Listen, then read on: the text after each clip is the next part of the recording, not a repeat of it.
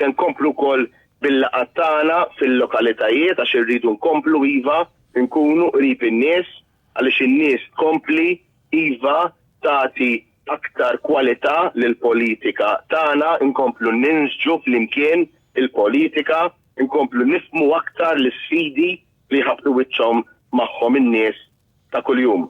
Nkomplu iva niskrutinjaw lill-gvern iżda anke inresqu l-idea tagħna biex naraw li kull Malti, kull Awċi, kull Maltija u kull Awċija ikollhom il-kwalità ta' ħajja aħjar li jixirqilhom biex ħadd ma jibqa' lura. Saħaq il-kap tal-Partit Nazzjonalista Bernard Grech waqt intervista li saritlu fuq Net FM fejn fost l-oħrajn tkellem fuq il-kawża li kien fetaħ id-deputat tal-Partit Nazzjonalista Adrian Delija dwar l-iskandlu tal-Vitis fejn nhar il-ġimgħa li ġej se tkun qiegħda tingħata s-sentenza. Bernard Grech insista li l-Partit Nazzjonalista se jibqa' jaħdem qatih sabiex it-tliet sptarijiet li l-Gvern tal-Labor kien ta' lill-kumpanija barranija u għadu sal-lum jimpalala l-miljuni jingħataw lura lill-poplu.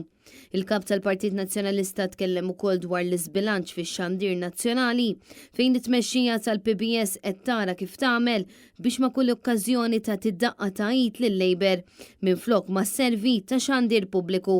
Pajjiżna qiegħed jesperjenza deficit demokratiku li dejjem qiegħed jikber anki għaliex il-Gvern attivament ikkontrolla u qiegħed jikkontrolla l-istituzzjonijiet kollha biex jagħmel ċert illi hu biss jinstema' biex Robert Abela biss jinstema'. U allura llum ħadd m'għandu dubju l-ewwel ħaġa li l-istituzzjonijiet huma maħkuma mill-Gvern u t-tieni li l-PBS li hija wkoll istituzzjoni f'dan il-pajjiż hija maħkuma minn Robert Abela u minn sħabu.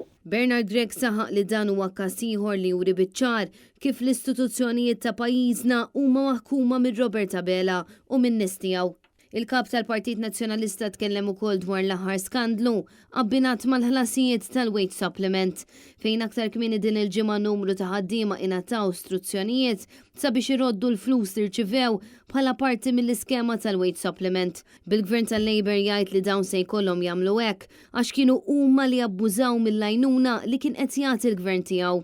Saħansitra ppruvaw iwaħħlu fil-Malta Enterprise għal dan l-iżball l-oħxon bil-Prim Ministru jibqa' ma jagħmel xejn sabiex jerfgħu ir-responsabbilta politika. Dan mhux aċċettabbli, in-nies ġew imqarqa, in-nies ġew ittraduti u hemm min iva irid jagħti risposta. U jien nistenna li anke l-medja indipendenti għandha taqbad dan il-fatt, tinvestigah u tara iva li min għandu r-responsabbilta, speċjalment dik politika, jieħu iva il-konsegwenza ta' dak in-nuqqas serju. Bernard Grech tkellem ukoll fuq waħda mill-aktar istituzzjoni importanti f'pajjiżna, l-Avukat tal-Istat, fejn Robert Abela nnifsu u l-klikka tal-Labor qegħdin jibqgħu jiddefenduha.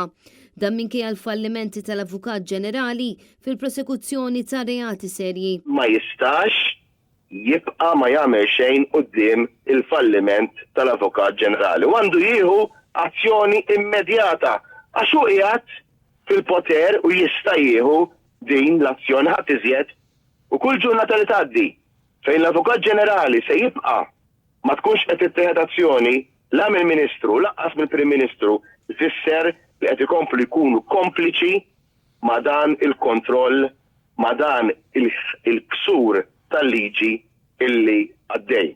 Desiree Grech, Net News.